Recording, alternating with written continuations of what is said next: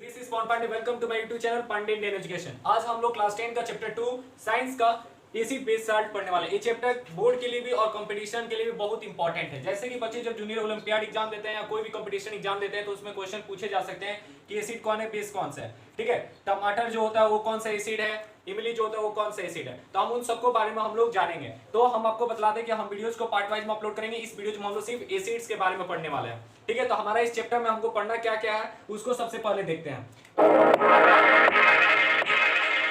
Chapter में पढ़ना है एसिड के बारे में, बेस के बारे में, और फिर reaction of acid with base. ठीक है, रिएक्शन एसिड और बेस का पढ़ना है। साथ में हमको इंडिकेटर्स की जाना है, strength of acids and base and salt पढ़ना है। साथ साथ में हम आपको बता दें, हम आपको indicator, universal indicator, pH value सबके बारे में पढ़ाने वाले हैं। तो ठीक है, हमने आपको बस मेन इंपॉर्टेंट जो आपके बुक में, एनसीईआरटी बुक में जो टॉपिक है वो हमने यहाँ पे लिखा है कि हम उसको कवर करने वाले हैं। लेकिन तो हम इस वीडियो में आपको पूरा बतलाने वाले हैं एसिड के बारे में, और जो पार्ट्स वाइज वीडियो आएंगे उसमें हम आपको पूरे टॉपिक को क्लियर करके बतलाएंगे। अगले टॉपिक में हम लोग बेस के बारे में जानेंगे।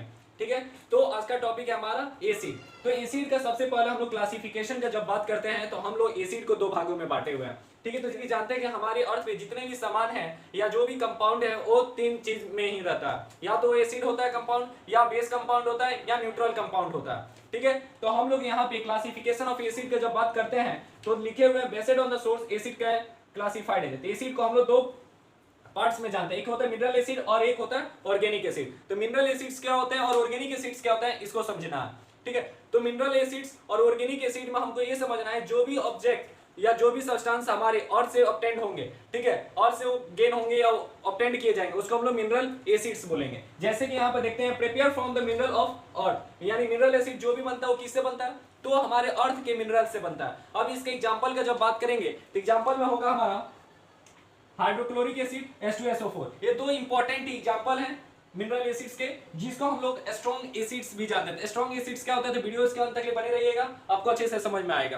फिर हम लोग जब बात करते हैं ऑर्गेनिक एसिड का, तो ऑर्गेनिक एसिड वो एसिड होता है जो हमारे प्लांट्स में और एनिमल्स में पाए जाते हैं। तो वही लिखा गया है, that acids present in plant and animal और नेचुरल ऑकरिंग, जो हमारे प्राकृतिक से होते हैं उसको हम लोग बोलते हैं ऑर्गेनिक एसिड्स, या जो हमारे प्लांट्स या एनिमल के अंदर में जो एसिड्स पाए जाते हैं उसको हम लोग बोलते हैं ऑर्गेनिक। ठीक है, अब जैसे कि हम यहाँ पे कुछ एग्जांपल दिए हुए हैं उसको ध्यान से देखिएगा। जैसे हमने लिखा है लैक्टिक एसिड, तो जो भी हम लोग दही खाते हैं तो वो हमारे एसिड्स होता है, तो एसिड्स को हम लोग क्या बोलते हैं, तो लैक्टिक एसिड्स बोलते हैं। फिर बात करते हैं इमली का, तो इमली को हम लोग टर्टरिक एसिड बोलते हैं। फिर सिट्रिक एसिड होता है जिसको सिट्रस फ्रूट में मिलता है, जो भी हमारे खट्टा फल है वो हमारे सिट्रिक एसिड से होते हैं। या जेली का बात करें तो टमाटर में होता है, यानी टोमेटो में। तो आपसे इससे भी क्वेश्चन पूछे जाते हैं कि which of the acids are found in tomato, which of the acid is found in tamarind, then you have to see and choose the correct option. हम लोग स्ट्रॉन्ग एसिड और वीक एसिड को पढ़ते हैं। स्ट्रॉन्ग एसिड और weak acid बहुत important concept है exam के व्यू से। आप जब कोई भी इंपॉर्टेंट कंपटीशन एग्जाम देते हैं, ठीक है, तो उसमें इससे अधिकतर क्वेश्चन पूछे जाते हैं। जैसे कि आपसे पूछा जाएगा क्या कि इनमें से दिया गया कौन सा सब्सटेंस या कौन सा स्ट्रॉन्ग एसिड है। ठीक है, तो आपको चार ऑप्शन दिए गए रहेंगे, जैसे कि sodium bromide, sodium iodide, sulphuric acid, hydrochloric acid. तो आपको एग्जांपल में देकर सही जवाब देना होगा। हमने अभी जो चारों ऑप्शन दिया ये चारों स्ट्रॉन्ग एसिड्स ही हैं। ठीक है, तो वीक एसिड्स क्या होंगे उन सबको देखने के लिए, समझने के लिए आपको वीडियोस के अंत तक बने रहना होगा, और अच्छे से समझने के लिए आपको पूरा वीडियो देखना ही होगा। ठीक है, तो अब हम लोग पढ़ेंगे स्ट्रॉन्ग एसिड्स को और फिर पढ़ेंगे वीक एसिड्स को। तो स्ट्रॉन्ग एसिड्स का डेफिनेशन जब आप देखते हैं तो लिखा गया है acids that give rise to more H+ ion in H2O। H2O से आप क्या समझते हैं, H2O का मतलब सीधे वाटर।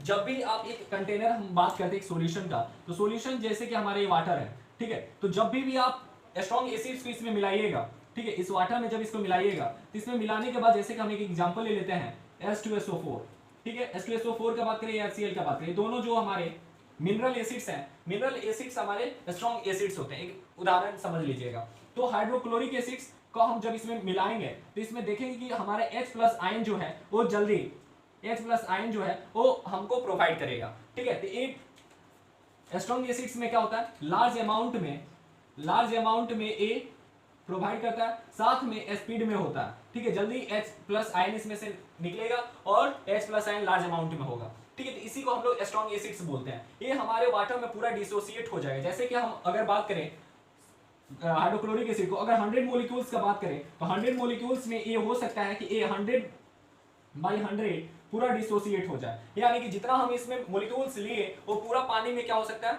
वो H+ आयन उसमें दे देगा, यानी H+ आयन जितना है वो इसमें प्रोवाइड कर देगा। लेकिन जब हम वही बात करें वीक एसिड में तो उसमें 20-30 ही देगा, 20-30-40-50 देगा, ठीक है, ज्यादा अमाउंट में नहीं देगा। और स्ट्रॉन्ग एसिड्स में क्या होगा, वो ज्यादा नंबर में निकलेगा। तो वही डिफिनेशन में लिखा गया acids that give rise to more H+ ion in H2O, जो वाटर में ज्यादा H+ आयन रिलीज करे, प्रोवाइड करे, उसको हम लोग क्या बोलेंगे, स्ट्रॉन्ग एसिड्स बोलेंगे। और स्ट्रॉन्ग एसिड से आप ये भी समझ सकते हैं पीएच वैल्यू, जिसका पीएच वैल्यू 0 और 3 के बीच में हो, यानी लेस देन 3 जब वो रहेगा पीएच वैल्यू, उसको हम लोग स्ट्रॉन्ग एसिड्स बोलेंगे। तो पीएच वैल्यू क्या होता है तो आप पहले भी समझे होंगे, और नहीं समझे होंगे तो आप अगले पार्ट्स में जरूर समझिएगा, ठीक है। पीएच वैल्यू क्या होता है, जो भी हमारे टेस्ट है, टेस्ट के अनुसार हम लोग कोई भी कंपाउंड को बतलाते हैं कि ये वीक एसिड्स है या स्ट्रॉन्ग एसिड्स है या बेस है या स्ट्रॉन्ग बेस है या न्यूट्रल है, ठीक है। तो जब भी उसका पीएच वैल्यू, जैसे कि हम मेजर का बात करें तो हमारा पीएच वैल्यू का बात करें तो 14 है, ठीक है, ये 7 है और ये 0 है। तो 7 के पीछे जितना होता है उसको हम लोग एसिड्स बोलते हैं, और 7 से आगे जितना होगा उसको हम लोग बेस बोलते हैं, और 7 पे जो होगा उसको हम लोग न्यूट्रल बोलते हैं, ठीक है। तो ये था समझने के लिए। लेकिन इसमें शर्त ये रखा गया अगर 3 से 7 के बीच में है, 3 से 7 के बीच में है तो उसको हम लोग वीक एसिड्स बोलेंगे, और 0 और 3 के बीच में जो होगा उसको हम लोग स्ट्रॉन्ग एसिड्स बोलेंगे, ठीक है। तो स्ट्रॉन्ग एसिड से आप 3 चीज समझे, क्या चीज कि H+ आयन जो होगा कंप्लीटली डिसोसिएट हो जाएगा वाटर में, H+ आयन जो है फास्ट रिलीज होगा, प्रोवाइड करेगा, और पीएच वैल्यू जो होगा वो 0 से लेकर 3 के बीच में ही होगा, यानी लेस देन 3 होगा, ठीक है। अगर वही हम लोग बात करें वीक एसिड्स का, तो वीक एसिड में हम जैसे बात करें एसिटिक एसिड को जब लेते हैं, यानी CH3COOH को लेते हैं, ठीक है, CH3COOH को आप जब कॉमन नाम बोलिएगा तो उसको एसिटिक एसिड बोलते हैं। और ऐसे में बात करते हैं मिथेनोइक एसिड होता है CH3OOH। तो इसका जब हम इसमें मिलाएंगे तो इसमें हो सकता है क्या कि H का जो आयन है, H+ आयन जो है वो या तो 30 निकल रहा है या 40 निकल रहा है या 50 निकल रहा है या ज्यादा से ज्यादा 70 तक ले निकल रहा है। लेकिन इसमें H+ आयन जो है वो लेस अमाउंट में रिलीज होगा, लेस अमाउंट में रिलीज होगा, और साथ में लेस अमाउंट में रिलीज होगा, और ये स्लो प्रोवाइड करेगा, स्लो प्रोवाइड H+ आयन करेगा, इसलिए हम इसको क्या बोलते हैं, वीक एसिड्स बोलते हैं। अब इसको समझने पे ध्यान दीजिएगा, वीक एसिड्स, तो acids which are partially ionised in H2O, तो H2O अभी हमने बोला H2O को हम लोग सिंपल वाटर से डिनोट करेंगे, and give less H+ ion in water, जो वाटर में लेस नंबर ऑफ आयंस छोड़ता है उसी को हम लोग क्या बोलते हैं, वीक एसिड्स बोलते हैं। There degree of dissociation into H+ ion not much, ज्यादा इसमें H+ आयन नहीं डिसोसिएशन होता है, ठीक है। तो ये तो था स्ट्रॉन्ग एसिड्स, वीक एसिड्स। अब हम इसको याद करने के लिए एग्जांपल में दे, तो जितने हमारे ऑर्गेनिक एसिड्स थे, यानी कि अभी हम बात की कि 2 तरह से हमारे एसिड्स होते हैं, या तो मिनरल एसिड्स या ऑर्गेनिक एसिड्स। तो जितने ऑर्गेनिक एसिड्स होते हैं वो सब हमारे क्या है, वीक एसिड्स हैं, जैसे ऑक्जेलिक लिए, टर्टरिक लिए, सिट्रिक लिए, ये जितने एसिड्स थे वे वीक एसिड्स थे। स्ट्रॉन्ग एसिड्स में जितने हमारे मिनरल एसिड थे HCl, H2O, SO4, ठीक है, HBr, HEI, तो जितने थे ये सब हमारे स्ट्रॉन्ग एसिड्स हैं। अब इसमें क्या है कि कुछ ऐसे भी मिनरल एसिड्स हैं जो हमारे वीक एसिड्स में आएंगे, ठीक है, जैसे कि हम बात करें HNO2, ठीक है, H2SO3, ये जो हम बोल रहे हैं एग्जांपल में, ये दोनों मिनरल एसिड्स तो हैं लेकिन हमारे वीक एसिड्स होंगे।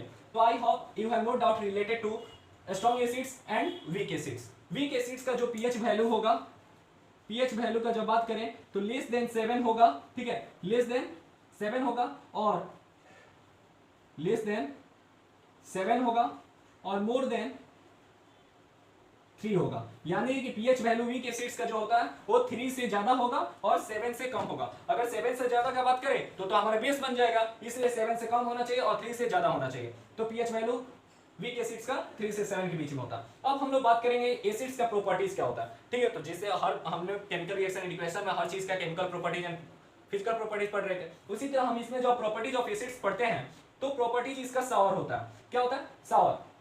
तो एसिड का सावर टेस्ट होता है, सोल्यूबल इन वाटर होता है, पानी में एक पूरा घुल जाता है। जैसे कि आप देखें हमने H2SO4, यानी कि जो भी हमने एसिड्स को मिलाया तो पानी में क्या होता है, डिसोसिएट हो जाता है, कंप्लीट डिसॉल्व हो जा रहा है। एसिड स्ट्रॉन ब्लू लिटमस रेड, जो एसिड होता है वो ब्लू लिटमस को किस में कवर कर देता है, रेड कलर में कन्वर्ट कर देता है। और साथ में जो एसिड सॉल्यूशन होते हैं वो इलेक्ट्रिसिटी के गुड कंडक्टर रहते हैं, ठीक है। तो इसको भी याद रखिएगा, क्या एसिड्स के सॉल्यूशन जो है वो गुड कंडक्टर ऑफ इलेक्ट्रिसिटी है या नहीं है, ठीक है। आपसे क्वेश्चन पूछे जा सकते हैं, केस बेस्ड स्टडीज में हो सकता है या ऑब्जेक्टिव क्वेश्चन में हो सकता है। हम आपको इस वीडियो में जितना जल्द हो पूरे चैप्टर का रिकैप देना चाहते हैं, इसलिए हमने आपको बोर्ड पे लिखा हुआ मिला, ये हमको पढ़ाने के दौरान में मतलब क्लास लेते समय में स्लाइड था तो हमने आपके सामने रखने को चाहा।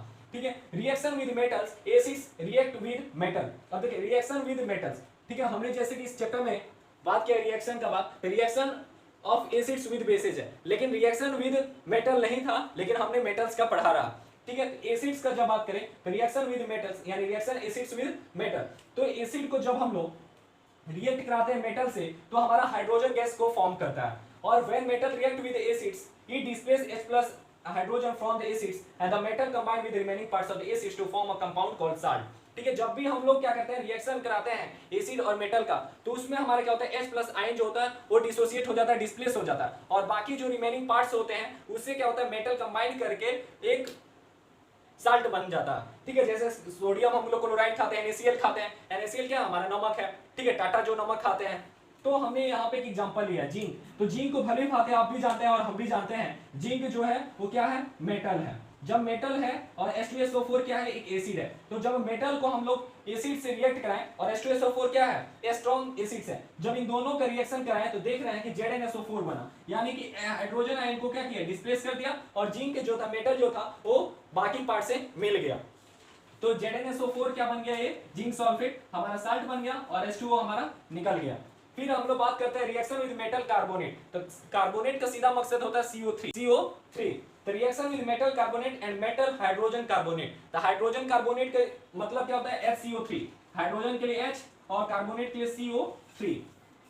तो जब हम लोग मेटल को कार्बोनेट से रिएक्ट कराते हैं या हाइड्रोजन कार्बोनेट से रिएक्ट कराते हैं तो हमारा क्या बनता है, इसको समझिए। Acids reacts with metal carbonate, CO3 का मतलब कार्बोनेट हमने आपको बतलाया, और मेटल हाइड्रोजन कार्बोनेट, तो HCO3 का मतलब हाइड्रोजन कार्बोनेट। जब एसिड्स को एसिड जब मेटल कार्बोनेट से या मेटल हाइड्रोजन कार्बोनेट से रिएक्ट कराता है तो हमारा क्या फॉर्म करता है, CO2 फॉर्म करता है। जैसे कि मेटल को एसिड से रिएक्ट कराए तो हमारा हाइड्रोजन डिस्प्लेस हो रहा था, हाइड्रोजन निकल रहा था, फॉर्म कर रहा था। उसी तरह जब रिएक्शन कराते हैं एसिड्स को मेटल कार्बोनेट से या मेटल हाइड्रोजन कार्बोनेट से तो हमारा कार्बन डाइऑक्साइड फॉर्म होता है। जैसे कि यहाँ पे दो एग्जांपल देखते हैं, जैसे कि सोडियम कार्बोनेट दिया है और 2HCl दिया। HCl हमारा हाइड्रोक्लोरिक एसिड्स है, तो ये हमारा देख रहे हैं मेटल कार्बोनेट है और HCl हमारा एसिड्स है। जब इन दोनों का रिएक्शन कराए हैं तो 2NaCl बना, जो हमारा एक्वस फॉर्म है। Aqueous form means soluble in water, तो हमारा निकला क्या, वाटर भी बना और साथ में CO2 फॉर्म किया।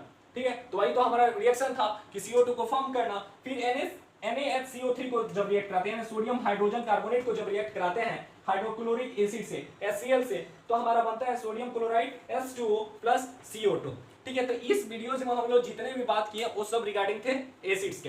तो एसिड्स होते क्या है, एसिड को हम लोग कितने पार्ट्स में बांटे हैं, what is the properties of acids and reaction acids with metal carbonate, metal hydrogen carbonate, and what is the difference between weak acids and strong acid, how to recognize strong acids and weak acids हमने इस videos में सीखा, और हम पूरा विश्वास के साथ कह सकते हैं आप अगर कंसंट्रेट होकर पूरा वीडियोज देखे होंगे तो आपको इस वीडियो से कोई डाउट नहीं होगा। ठीक है, हमने आपको याद करने वाले हर बातें को बतलाया कि आपको याद करने के लिए अगर पूछा जाए स्ट्रॉन्ग एसिड्स कौन से हैं, वीक एसिड्स कौन से हैं, तो आप सिंपल में बोलिएगा strong acids are mineral acids, weak acids are organic acids. और ये चार एग्जांपल को आप याद रखिएगा कि लैक्टिक एसिड्स कौन होते हैं, लैक्टिक एसिड कर्ड बोलते हैं, टार्टरिक एसिड को टमरीन बोलते हैं, ऑक्जेलिक टोमेटो होता है। एक क्योंकि क्वेश्चन में आपसे अधिकतर में पूछे जाएंगे। ठीक है, साथ में हमने और बातें की थी, मेटल रिएक्ट्स विद एसिड, तो हमारा क्या बनता है, मेटल रिएक्ट्स विद एसिड जब करेगा तो हमारा साल्ट बनेगा और हाइड्रोजन फॉर्म करेगा। फिर जब मेटल को हम लोग मेटल हाइड्रोजन कार्बोनेट को या मेटल कार्बोनेट को जब रिएक्ट कराते हैं एसिड से तो हमारा कार्बन डाइऑक्साइड फॉर्म होता है। इस चैप्टर में हमने इस वीडियोज में हमने बस यही सीखा। अगले वीडियोज में हम लोग बेस के बारे में समझेंगे। डाउट होगा आप कमेंट बॉक्स में पूछ सकते हैं, हम अगले वीडियोज में बताने की पूर्ण कोशिश करेंगे और साथ साथ आएंगे। ठीक है, तो मिलते हैं फिर अगले वीडियोज में, तब तक के लिए stay safe, stay at home.